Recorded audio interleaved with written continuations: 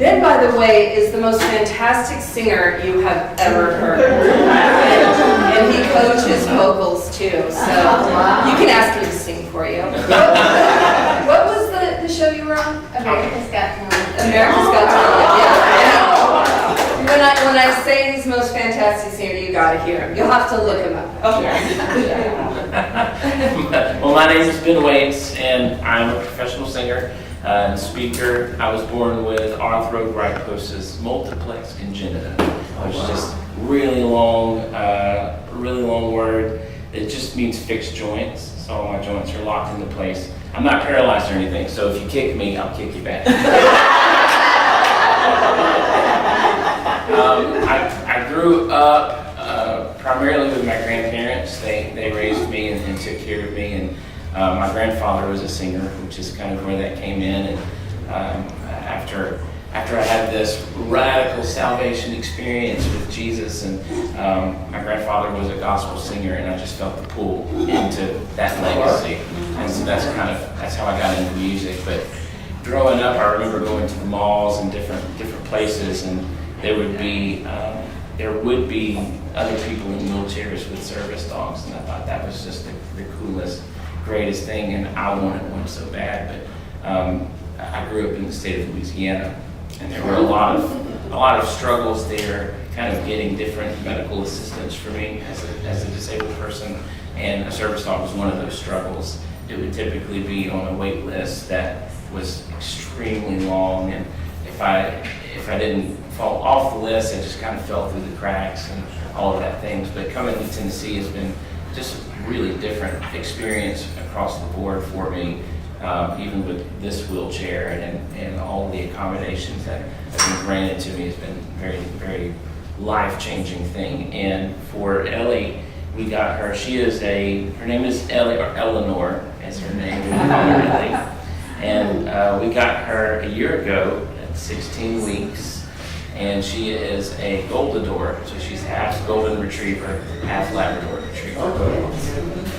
And we didn't do any wait lists. As I operate a nonprofit ministry, we were able to get the funds that we needed, and we just bought Ellie, and I found K-9 companions here, and they've been phenomenal in working with her and getting that trained. And so the services that she's learning are really important for me because I have severe physical limitations. For sure, if something falls off the table onto the floor, I cannot get it. I've had some successes with picking certain things up with my feet, but it will take me a good 20-30 minutes to do so. And Ellie is learning how to do that. In fact, this morning, we were putting my shoes on, and one of the shoes fell. And because of the training, Ellie immediately was like, "Oh, I'll get that." And she grabbed the shoe and started bringing it to my lap. So it was a really, really cool experience to see that. She's learning push buttons. So for the automatic doors, she's learning elevator buttons, things like that. Since I travel so much, I'm always in a hotel somewhere. And I will say too, I've run into this issue in the past with elevators. They'll sometimes put those half trash cans right in the buttons, and that does make quite a struggle even before Ellie, because if I get up there I can use my chin to push a button, but if that's there I can't. Usually I use my wheelchair to push the button and then put it back.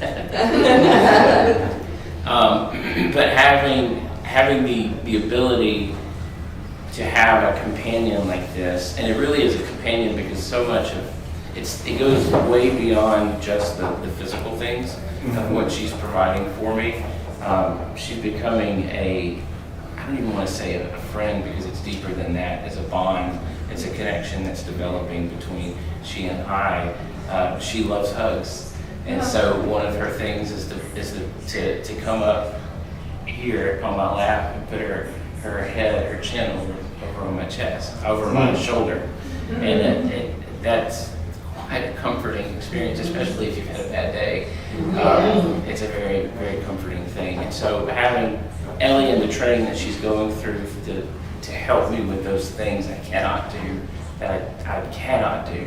is such a life-changing thing. How many hours a week do you do swim training? Oh goodness, it's a daily thing for sure. Yeah, No longer than 15 to 20 minutes a day. yeah. Yeah, we keep the training short, once or twice a day, to keep the dog still enthusiastic.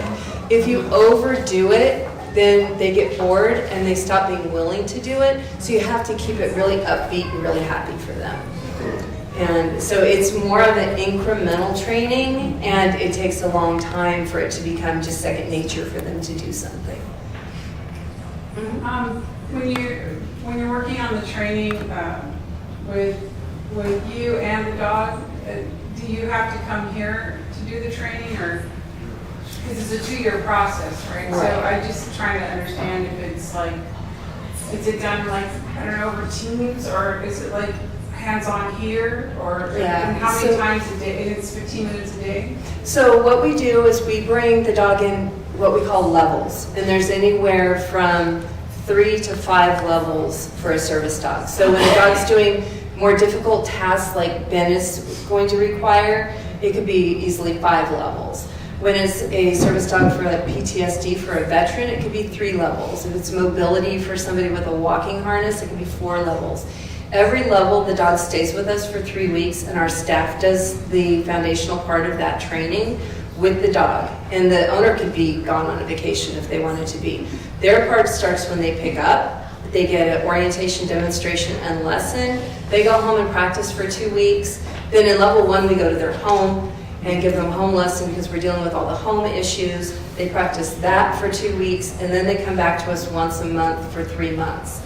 And then they go on to another level, and it's the same in the next level. It's just changing. Now, at home, they go from training every day to maintaining. So just like your kids would be at home where you have certain rules, like you ask to be excused from the table, you go up and rinse your dish off before you go to your room, let's say.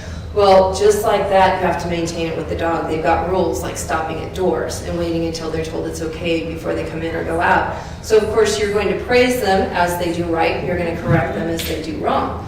So it's an ongoing thing, but you go from intensive training to maintenance of the training, and then more intensive training, and then more maintenance.